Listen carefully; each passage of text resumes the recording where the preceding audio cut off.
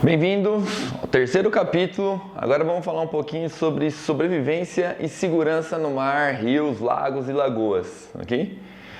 Bom, a segurança no mar, seja em qualquer meio aquático, ela começa com a prevenção, Então, antes de a gente começar qualquer navegação, seja em mar, rios, a gente tem que sempre estar bem preparado para o que vai vir a acontecer.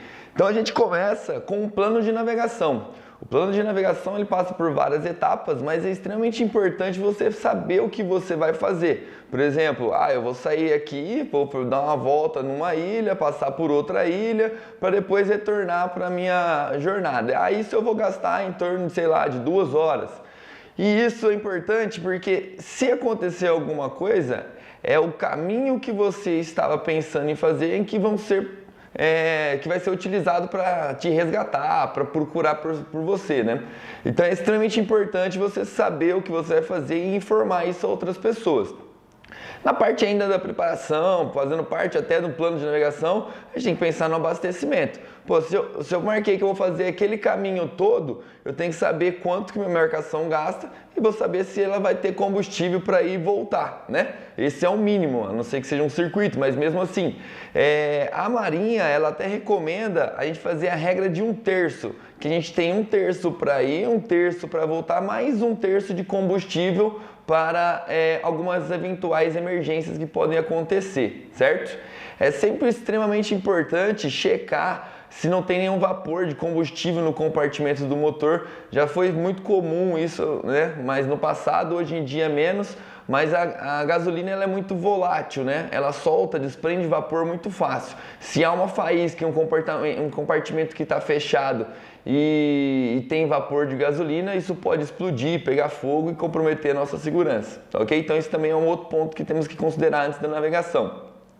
O abastecimento de água e comida, se eu vou demorar 1, 2 dias, ou se eu vou e volto no mesmo dia, pensar em água e comida suficiente para isso, E aí, igual eu estava conversando, um aviso de saída e chegada. Esse aviso de saída e chegada é um folhetim que a gente entrega nos clubes, na marina onde a gente está, mas se você não for filiado a nenhum clube ou marina, você pode fazer isso diretamente com a Marinha do Brasil, tá? Você vai mandar um papel desse falando que dia que você está saindo, que dia que você volta, onde você vai, quantas pessoas tem a bordo, que isso vai ser utilizado se vir a acontecer algum acidente com a sua embarcação, e aí através desse aviso de saída e chegada que vão procurar por você, E toda vez que você volta, é extremamente importante você comunicar também a sua volta. Aí o pessoal vai desconsiderar, saber que você chegou e tá tudo bem, tá? Mas como eu falei, sempre é importante avisar o máximo de pessoas possível, parente, amigo, Inclusive avisando onde você está indo. E hoje em dia a gente tem alguns recursos, inclusive melhores, Comunicadores via satélites, rastreadores, isso tudo pode ajudar ainda mais na nossa segurança aí se vir a acontecer algum acidente. Bom, condições meteorológicas. Toda vez que a gente vai sair para uma navegação, principalmente em mar, em situações mais adversas aí, temos que consultar isso, porque se a gente vai fazer uma navegação de 1 dia ou 2 mais aí, podemos vir a encontrar uma condição ruim, e aí é nessa situação que ficamos mais vulneráveis, Então sempre olhar aí no site da Diretoria de Hidrovia e Navegação, ou mesmo os aplicativos de previsão, a Marinha mesmo tem esse boletim ao mar, dentre qual você achar melhor aí pra gente ter uma noção se vai ter condição de sair ou não, tá?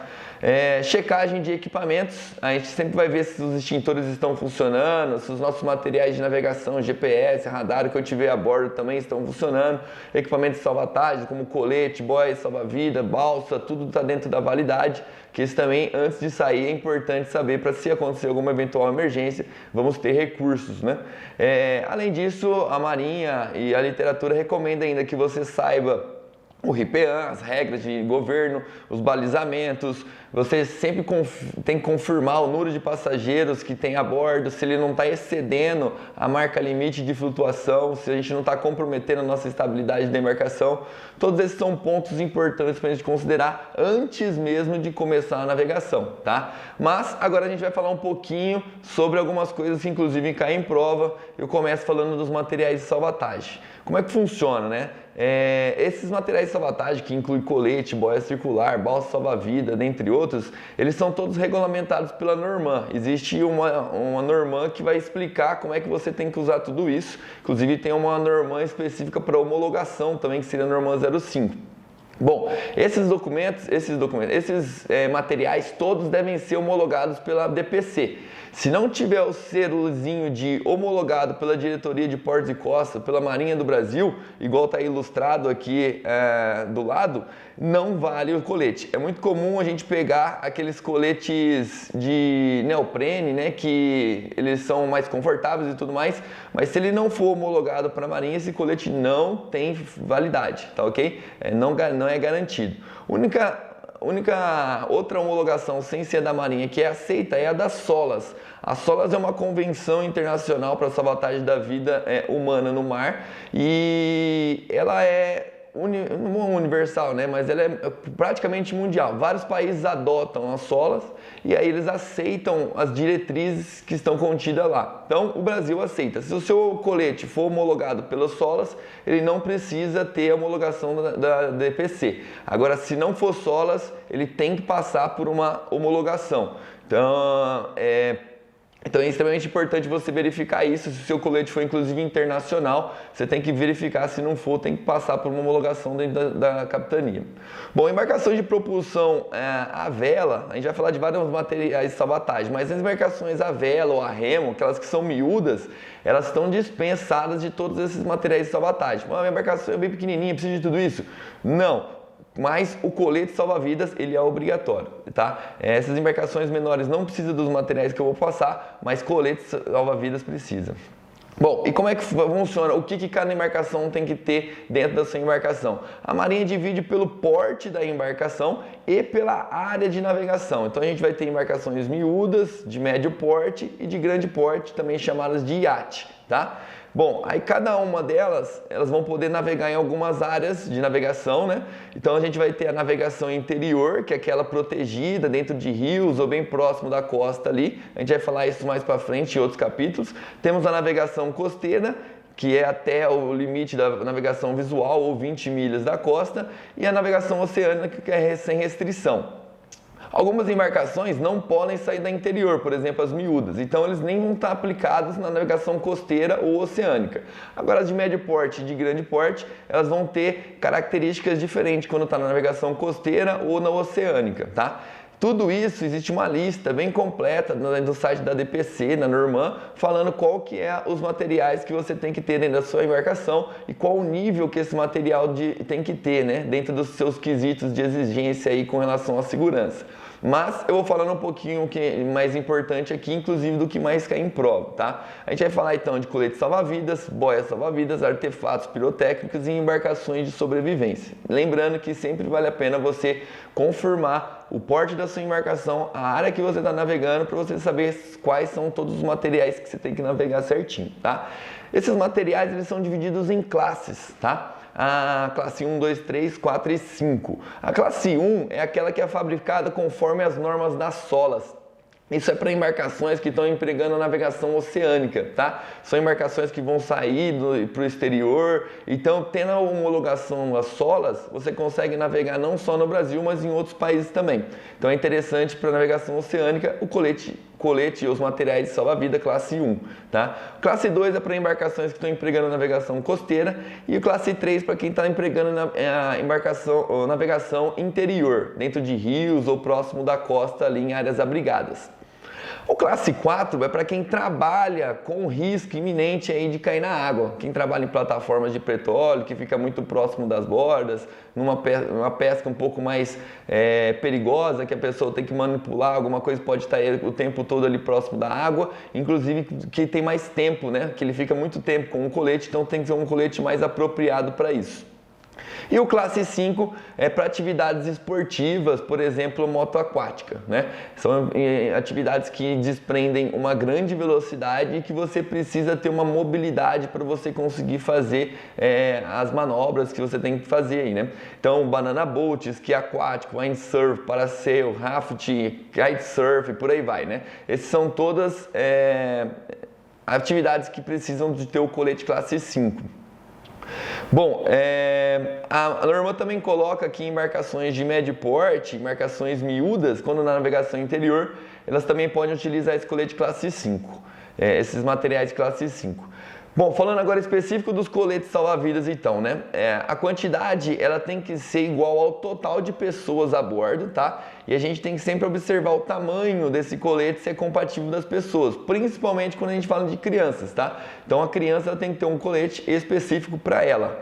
Então tem que ser o número total de pessoas a bordo. A minha embarcação é para 10 pessoas, estou navegando em 5 pessoas. Pela norma, você tem que ter 5 coletes a bordo, um para cada pessoa que está embarcada, tá ok? Eles têm que estar estivados, ou seja, guardados em um local de fácil acesso, e eles têm que estar todos homologados pela Marinha ou pelas solas, igual eu já falei para vocês, tá?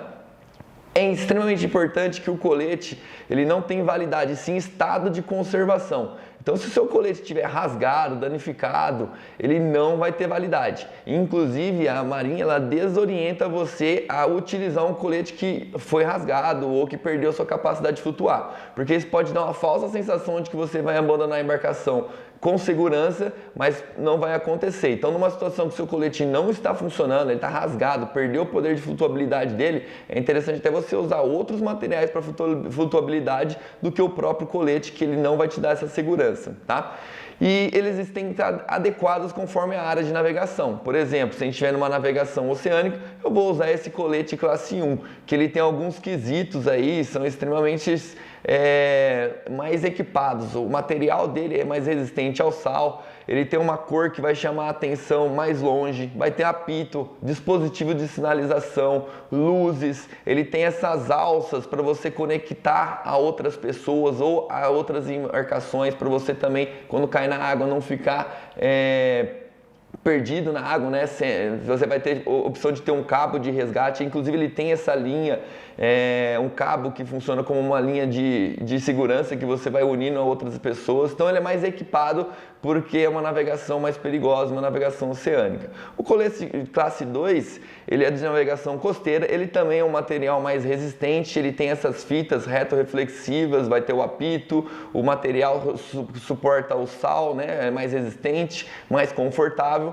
E aqui a gente tem o colete classe 3, e o classe 3 ele é numa navegação interior, então ele é um material mais simples, né? Não precisa ter fitas retroreflexivas, ele também não vai precisar de todos aqueles materiais que eu falei lá com relação ao classe 1, é um colete mais simples, apenas tendo na cor laranja. E todos esses coletes que a gente estava falando, ele tem esse formato de ser vestido de forma que a espuma fica na cabeça, na parte posterior da cabeça, e a outra parte flutuante na frente do nosso tronco. Por quê? Quando a gente cai na água desacordado, que a gente perde nosso poder de nadar, esse colete ele faz com que a gente flutue com o peito para cima, e como tem a espuma atrás da cabeça, a gente flutua com a cabeça para fora da água. Então, se eu cair desacordado, eu não vou morrer, né? Não vou engolir água, porque esse colete vai me manter flutuando com a cabeça para fora da água. Diferentemente do colete de classe 5.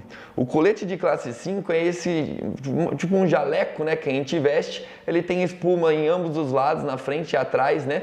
E aí, se a gente cai desacordado com esse colete, como o nosso centro de gravidade ele tem uma tendência a ser anteriorizado, na hora que a gente cai desacordado, a gente vai cair com a cara virada para a água, com a barriga virada para baixo. E isso vai fazer com que a gente engula a água e acabe podendo ter o risco aí de nos afogar mesmo estando com o colete se a gente estiver desacordado, tá? Então, por isso que aqueles coletes de colocarem a espuma na frente e o travesseirinho ali, né, nas costas, eles são, apesar de mais desconfortável, eles são mais seguros porque tem esse quesito de manter a gente boiando com a cabeça fora da água, tá?